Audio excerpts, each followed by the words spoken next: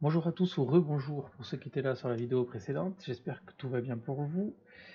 Cette vidéo est une deuxième vidéo basée sur les probabilités.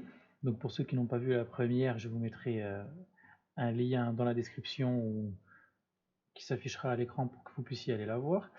Et après avoir traité les situations évolutives avec les arbres de probabilité ainsi que les situations répétitives avec la loi binomiale, nous allons voir une partie importante du programme que sont les lois à densité. C'est-à-dire que nous avons un chapitre qui va être entièrement dédié aux lois de probabilité, donc autres que la loi binomiale, et des lois particulières qu'on appelle les lois à densité. Alors ça fonctionne un petit peu de la même manière que la loi binomiale, c'est-à-dire que ça s'utilise dans des situations bien particulières avec des formules bien particulières elles aussi. Et on verra que, en fonction de si on est dans telle ou telle situation, va plutôt s'appliquer telle ou telle loi et la formule qui va avec. Alors avant toute chose, je pense qu'il est bon de définir ce qu'est une loi à densité. Donc on va commencer par là. Autant vous dire que pour comprendre ce chapitre, il faut d'abord avoir fait l'intégration. Donc si vous n'avez pas encore fait l'intégration, je ferai bien évidemment une vidéo dessus où elle est déjà faite en fonction du moment où vous regardez cette vidéo. Mais si vous n'avez pas encore fait l'intégration, ça va être difficile parce que nous allons parler d'intégrale. Donc, loi à densité. Donc nous allons définir ce qu'est une loi à densité. C'est pas très compliqué.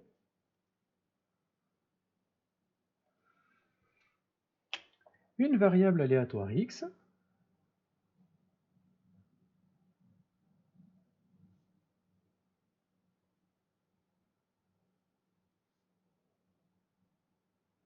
donc une variable aléatoire x qui peut être égale à qui peut représenter tout ce que vous voulez. Ça peut être le nombre de jours de pluie qu'il y a sur une année, ça peut être le nombre de kilomètres que va faire une voiture avant que le moteur ne casse, ça peut être le nombre d'élèves demi-pensionnaires qu'il y a dans un lycée, ça peut être le temps en heure que va briller une ampoule avant qu'elle grille, ça peut être absolument tout ce qui est possible et imaginable. Elle va suivre une loi dite à densité,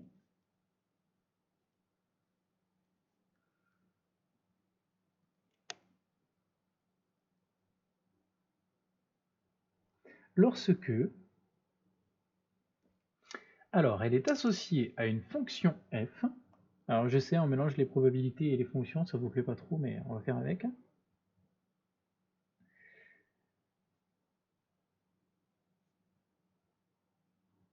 Donc une fonction f définie sur un intervalle i est telle que, c'est là que c'est important, l'intégrale sur i de cette fonction est égale à une unité d'air. C'est-à-dire que je vais avoir une certaine fonction f définie sur un certain intervalle i, la plupart du temps imposée par l'énoncé. À partir du moment où l'intégrale de cette fonction sur cet intervalle, c'est-à-dire l'air qu'il y a sous la courbe représentative de la fonction sur cet intervalle. Donc disons, là je fais un truc complètement au pif, que la fonction f c'est cette courbe et que l'intervalle i c'est celui-là. Si cet air qui est là, que je noircis,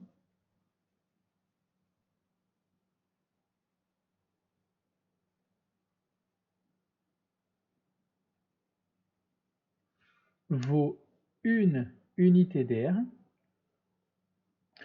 on dit que cette fonction f est ce qu'on appelle une fonction de densité, et la variable aléatoire x qui va être associée à cette fonction suit une loi à densité, et on aura la chose suivante.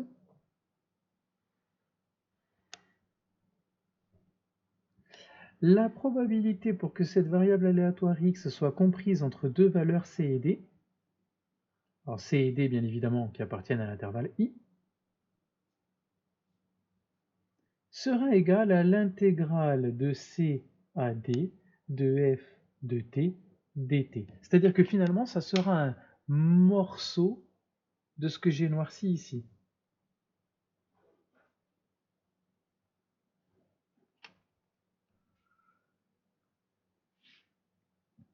Disons que l'intervalle cd c'est l'intervalle qui est ici. Eh bien, ce petit morceau qui est là, bien évidemment, si au total, toute l'air fait une unité d'air, ce petit morceau CD fera 0,12, 0,28, 0,32, 0,49, n'importe quoi entre 0 et 1, et ça sera la probabilité pour que ma variable aléatoire soit comprise entre ces deux valeurs. Si vous avez compris ça, vous avez tout compris sur les lois à densité. Il n'y a rien à comprendre de plus. Ce qui va se passer, c'est que vous comprenez bien que des lois comme ça, je peux en définir 400 millions. C'est-à-dire qu'une fonction f qui est sur un certain intervalle i à une unité d'air sous sa courbe, je peux en choisir autant que je veux. Donc des lois à densité, il en existe des 100 et des 1000. Nous, on va se concentrer sur 3 lois à densité particulières. Une qui s'appelle la loi uniforme, une qui s'appelle la loi exponentielle et une qui s'appelle la loi normale. Et chacune de ces lois aura son intervalle à proprement dit et sa fonction associée à proprement dit. Donc, l'avantage qu'on va avoir, c'est que dans les exercices, on nous imposera toujours la loi. On nous dira, voilà, le nombre de jours qu'il a plu dans une année suit une loi uniforme, etc. etc. La durée de vie de l'ampoule en heure suit la loi exponentielle, ou la contenance d'un pot de crème en millilitres suit la loi normale, etc. Donc je ne pourrais pas me dire quelle est la loi que je vais utiliser puisqu'on va me l'imposer. La seule chose que je dois savoir, c'est que si je suis dans telle loi, je suis sur tel intervalle avec telle fonction et je fais ce calcul-là pour calculer la probabilité d'être entre deux valeurs C et D qu'on va me demander. Donc ceci étant fait, maintenant qu'on connaît la définition, voyons le détail de chacune des 3 lois. Première loi, la plus simple, ce qu'on appelle la loi uniforme.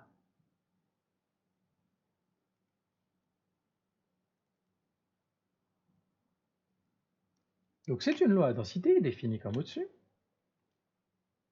L'intervalle sur lequel est définie une loi uniforme,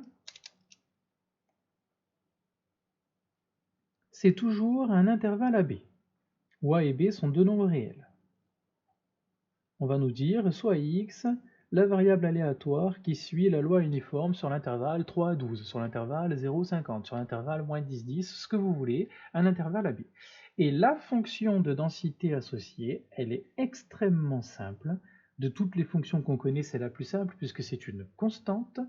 C'est f de t égale à 1 sur b moins 1. C'est-à-dire que si vous êtes sur l'intervalle 0,10, c'est 1 sur 10 moins 0. Si vous êtes sur l'intervalle moins 10, 10, c'est 1 sur 10 moins 10, etc., etc. Je prends un exemple tout de suite pour qu'on comprenne. Qu'est-ce que je vais prendre comme exemple? Le temps en minutes d'attente à la caisse d'un supermarché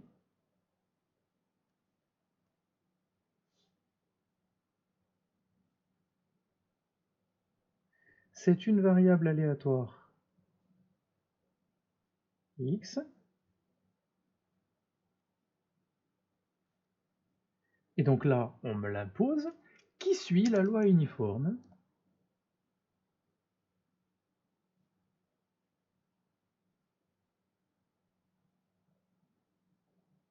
sur l'intervalle 5, 20.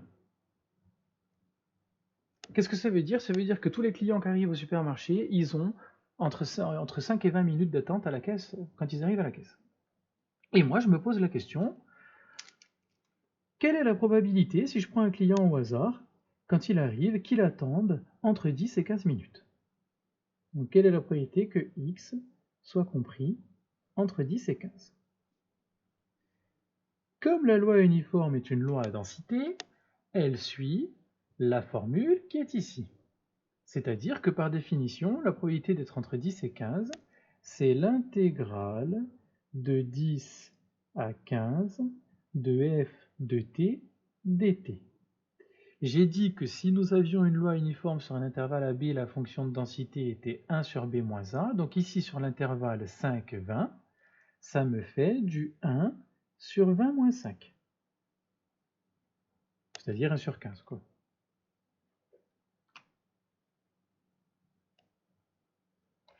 Intégrale qui ne va pas être très compliquée à calculer, pour la simple et bonne raison que ma fonction est une constante, et que la primitive d'une constante, c'est quoi? C'est cette constante fois t. C'est-à-dire qu'ici, ma primitive, c'est 1 sur 15 fois t.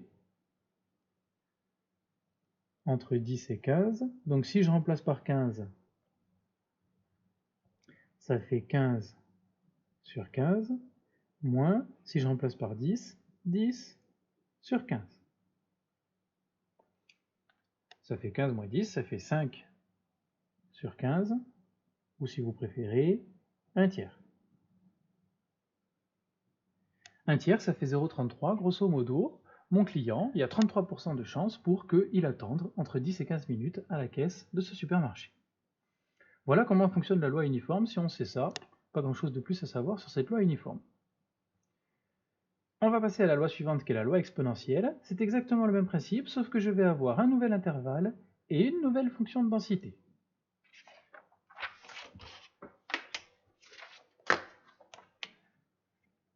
Donc loi exponentielle.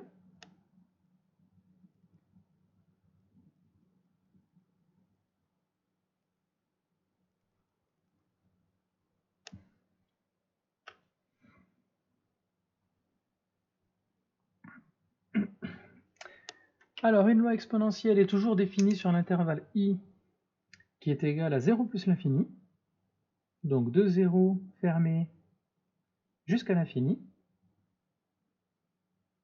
C'est pas obligatoire, mais assez souvent, les variables aléatoires associées à la loi exponentielle, ce sont des durées de vie. La durée de vie du moteur d'une voiture, d'une ampoule, de ce que vous voulez, donc c'est pour ça que ça part de 0, ça va jusqu'à l'infini. Et la fonction de densité, c'est lambda exponentielle moins lambda t, où lambda, c'est un réel fixé et donné par l'énoncé. On nous dira souvent la loi exponentielle, deux paramètres lambda égale, et chaque loi exponentielle aura son paramètre lambda, mais c'est quelque chose qui sera donné. Et donc la fonction, c'est ce lambda exponentiel moins lambda t, et l'intervalle, c'est 0 plus l'infini. Comme pour la loi uniforme, je prends tout de suite un exemple. La durée de vie en kilomètres du moteur d'une voiture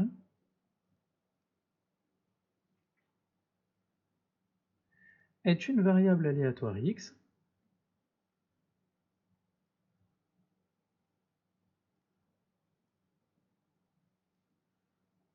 encore une fois, on me l'impose, qui suit la loi exponentielle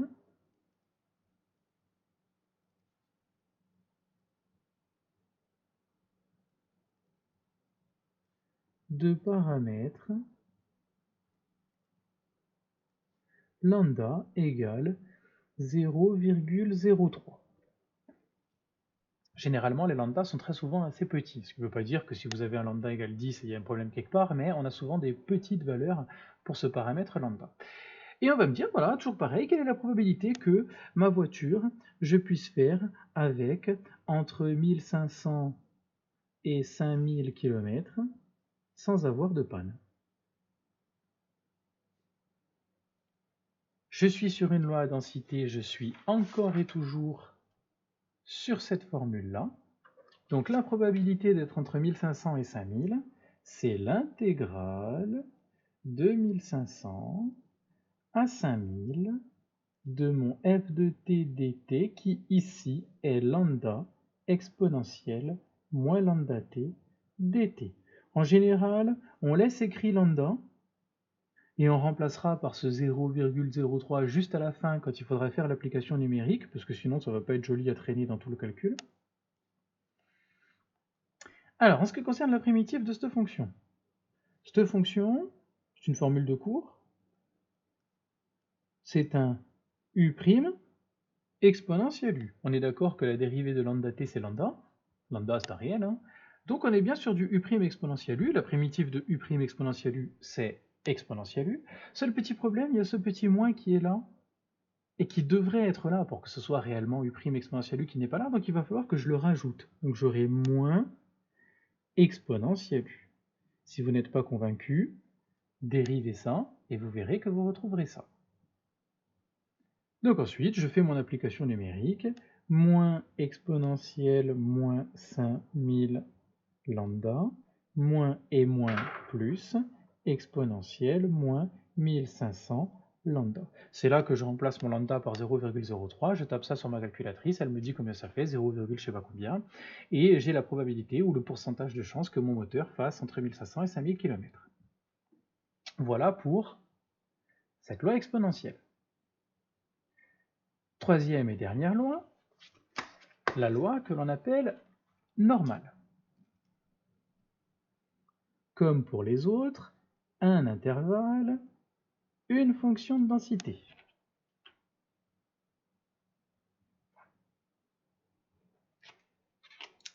Une loi normale est toujours définie sur R tout entier, de moins jusque plus l'infini. C'est assez important, même si en fonction de ce que ça représente, des fois ça pourrait avoir une connotation absurde. Si je commence à dire que le nombre de millilitres que j'ai dans un pot de crème suit une loi normale, et il est évident que je ne pourrais pas avoir moins 3 millilitres, ça ne peut pas être négatif, mais on raisonnera quand même sur R tout entier de moins jusqu'à plus l'infini, c'est quelque chose d'important, c'est comme ça. Et la fonction de densité, f de t, c'est une fonction qui n'est pas jolie, donc accrochez-vous un peu, c'est 1 sur racine de 2pi exponentielle moins t carré sur 2. Fonction de densité absolument horrible et extrêmement difficile, voire impossible à intégrer. Donc, dès le départ, on est embêté, parce qu'il n'existe pas de primitive de exponentielle x au carré, donc du coup ça va être très difficile de calculer l'intégrale de ça entre deux valeurs. Donc c'est pour ça que malheureusement, comme théoriquement parlant, c'est quelque chose qu'on ne peut pas faire, ben en fait finalement, ça va être la plus facile de toutes pour nous, parce que comme on ne peut pas le faire à la main, qu'est-ce qui va se passer? C'est la calculatrice qui va travailler pour nous. Donc voilà ce qui se passe. Cette fonction étant très difficile à intégrer, enfin je dis très difficile, mais c'est même impossible,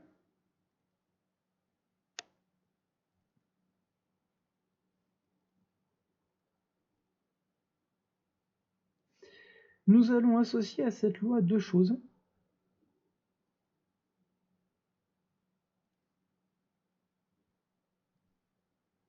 On va associer à cette loi, la loi normale, un petit peu comme c'était le cas pour la loi binomiale précédemment, son espérance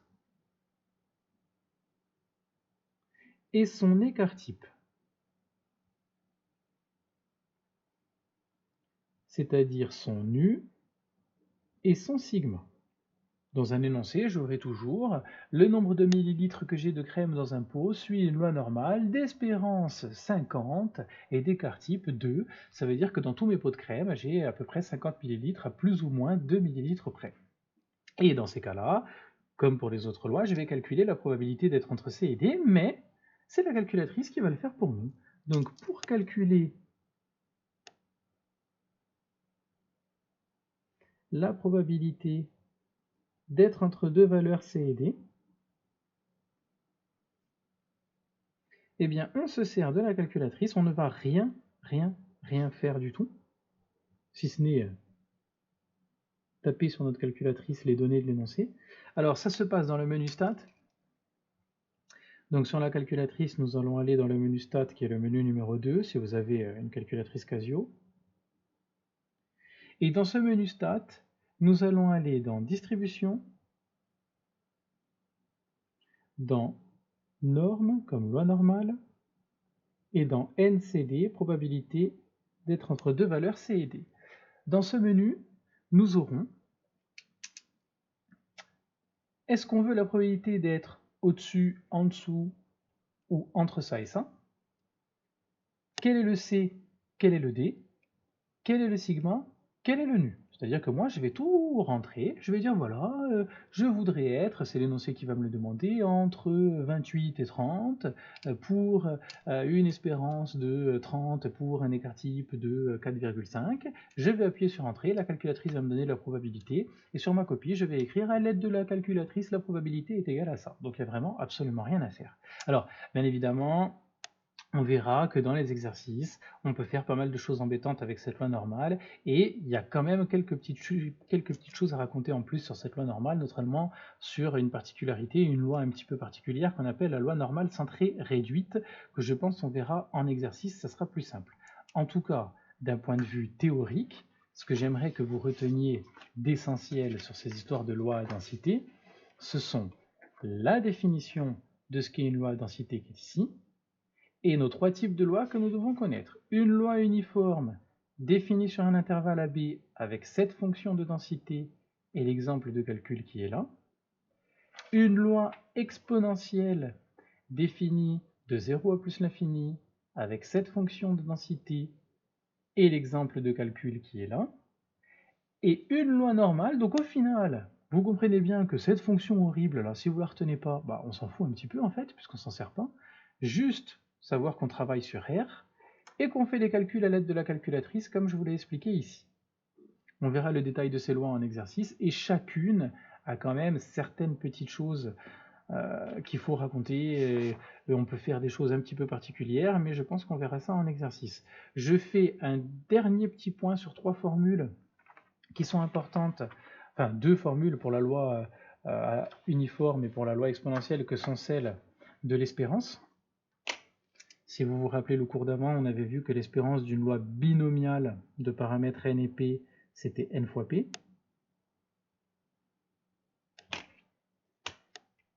Et bien pour la loi uniforme et pour la loi exponentielle, il y a aussi les formules pour les espérances. Alors lorsque j'ai une loi uniforme, donc je vous rappelle l'espérance, comme son nom l'indique, la valeur que je peux espérer avoir pour ma variable aléatoire.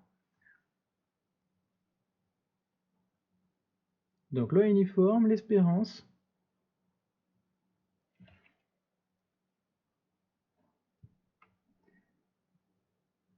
c'est b plus a sur 2. C'est-à-dire que, c'est quoi? C'est le milieu de l'intervalle en fait. On a dit qu'une loi uniforme c'était toujours défini sur un intervalle AB. Et bien pour une loi uniforme, l'espérance c'est le centre de cet intervalle. Ça paraît assez logique, la loi elle s'appelle pas uniforme pour rien, elle s'appelle uniforme parce que la probabilité d'être à chaque point de l'intervalle est la même. C'est-à-dire qu'en fait la fonction de densité c'est une constante, elle est dans un repère ça serait quelque chose de droit. Donc vous avez la même probabilité d'être à n'importe quel endroit du segment. Donc bien évidemment l'espérance, là où vous pouvez espérer être dans la plupart des cas, c'est au milieu.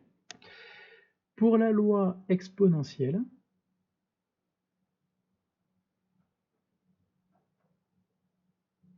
l'espérance, donc vous vous souvenez qu'une loi exponentielle c'est toujours associé à un paramètre lambda qui est donné par l'énoncé, l'espérance c'est 1 sur lambda.